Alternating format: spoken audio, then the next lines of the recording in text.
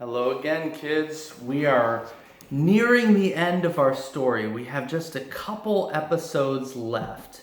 And of course, we're just hitting maybe a few little highlights, a few little special moments, but there's so many more special moments because the risen Christ has always been alive in the church, right? That's why we say he is risen. We don't say that he once rose a long time ago as if we're just talking about something that happened a long time ago. We say Jesus is risen because he's alive in the church, right? And we started talking last time about the 16th century and how the church was going through a really hard time at that time, and a lot of division was starting to happen, but that God never gave up on his church. Jesus never gave up on his church. And so because of that, he brought about great reform and great renewal from within the church, right? That he raised up great saints in that period of time where a lot of Christians were starting to become divided. He raised up some truly great saints from within the church who helped to reform and renew the church and help us to focus on Jesus again. And so, and we talked about last time about one of those reformers, and really along with his friends, his companions, was St. Ignatius of Loyola, right? And they started the Society of Jesus, the Jesuits. And I said this was nearing the end of the series in which I was talking about different religious families, different religious orders in the church that show us the part of the beauty of the diversity of the church, that we're all different, we're all called to different things, right? But in the unity of the one family of God. And so, as I said, we're nearing the end of our story, so we have one more religious order, one more religious family to talk about. But what we're talking about today is not the beginning of that religious family, but a time in which this religious family was renewed, was reformed. And this happened also in that 16th century. And it all starts with this lady right here, right? This lady, she's pretty awesome. Her name is Saint Teresa of Avila, okay? So when Teresa was very young, she knew that she wanted to be a nun, a religious sister. She knew that she was called to religious life. And so she entered this great order called the Carmelites. Now, part of what we got to understand about how God often works in religious life, remember how these religious families, they were all called to serve God in different ways, right? And some of them really were called to be out preaching and teaching the gospel. All of them influenced others and helped others to love Jesus in different ways. But some of them were called to be more apart from the world and devote more time to prayer. And if we believe in the power of prayer, which we do believe in the power of prayer, don't we, right? That these people who would be called to this special way of life would be a kind of spiritual backbone for the church.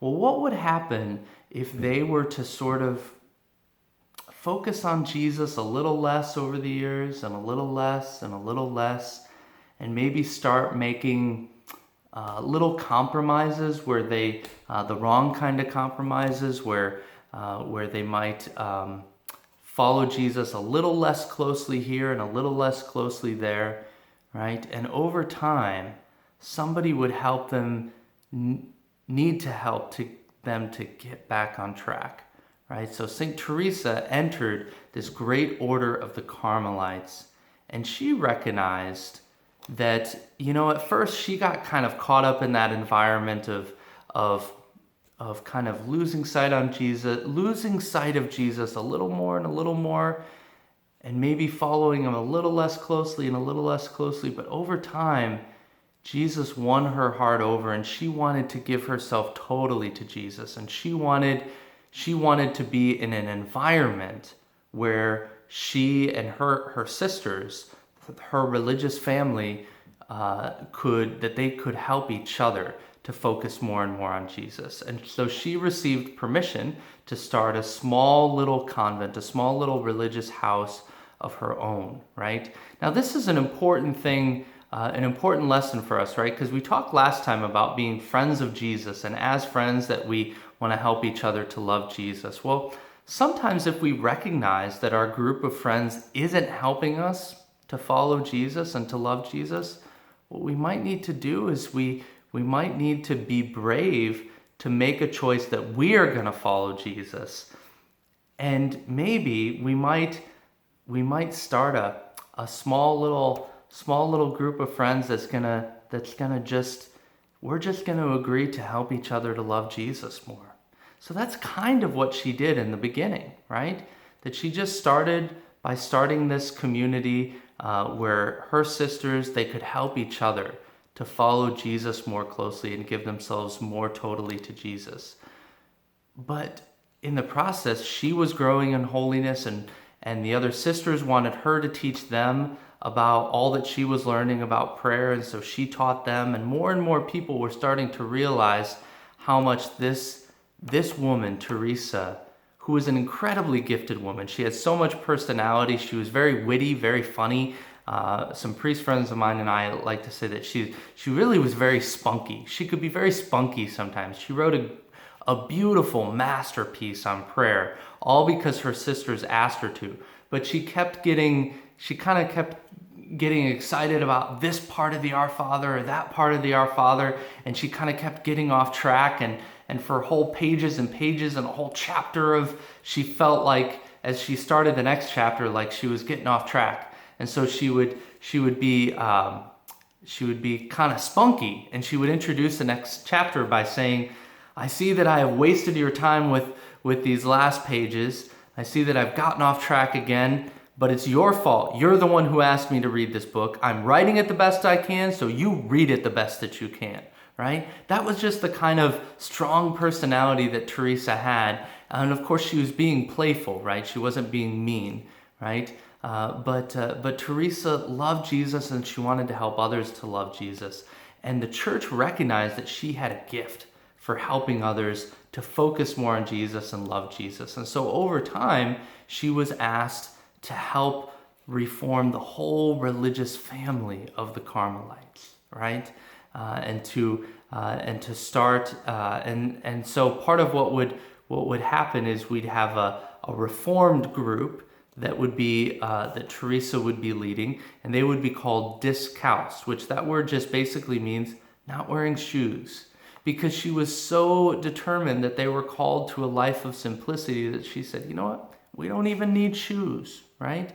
And she was so focused, as I said, on giving themselves totally to Jesus, that they asked her to help reform the whole order. And in the process, they sent her back to her own community, the monastery that she previously belonged to, right? The convent that she previously belonged to. And they sent her back there to be in charge, right? To be the Mother Superior, right? But what happened is they didn't want her because they felt like Teresa had abandoned them. And they felt like Teresa thought she was better than them. But that was the thing, is that when she found this new group of friends, this small new religious family that would help each other to love Jesus, they didn't think they were better than everyone else. They remained very humble.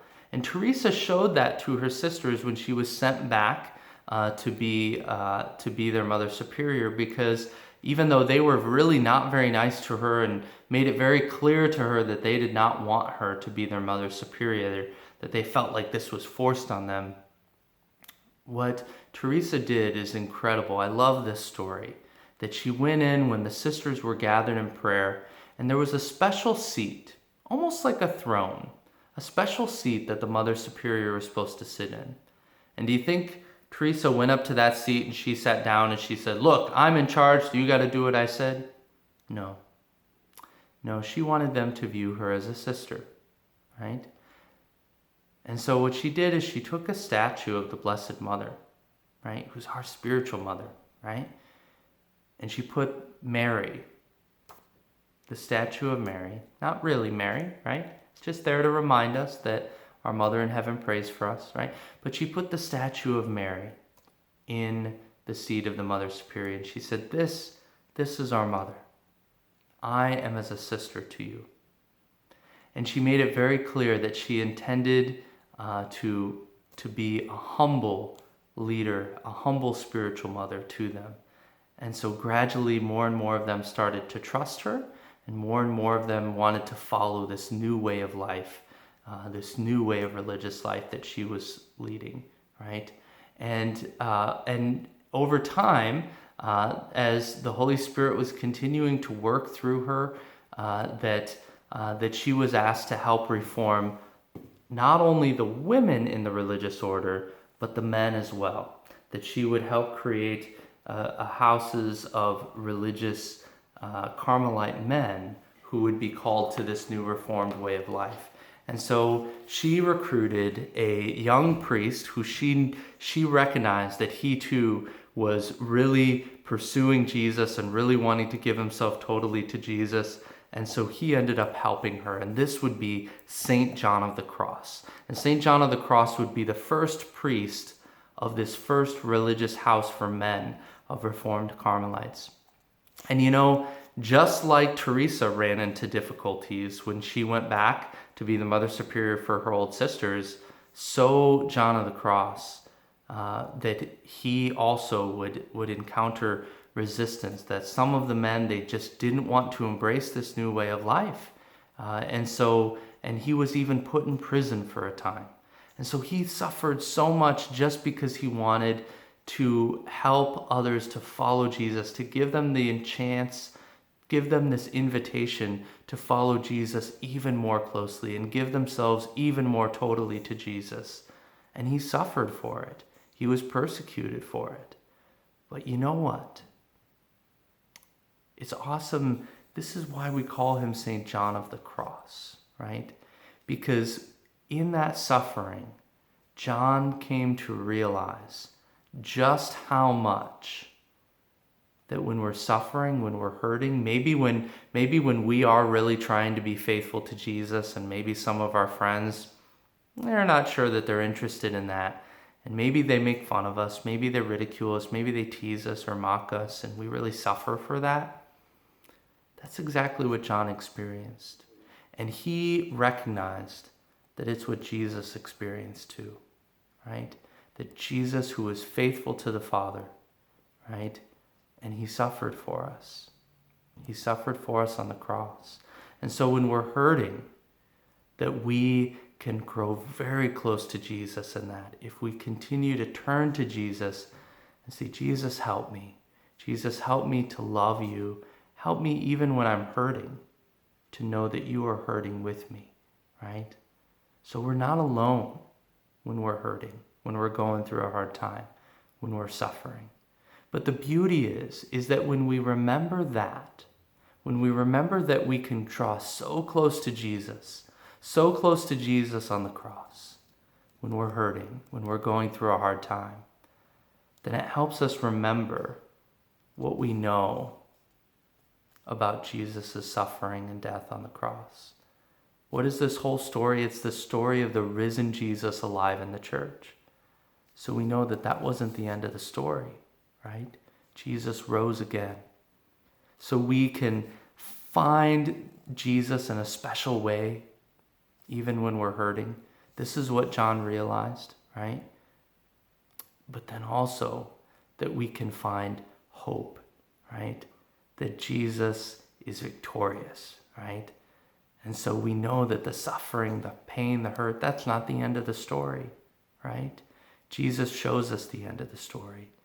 And so in that time of suffering, even John found that he could draw very near to Jesus. And he became another one of these spiritual masters who helped people to pray, and especially helped people to learn to pray in a time of suffering. That in a time of suffering, they could draw very, very near to Jesus.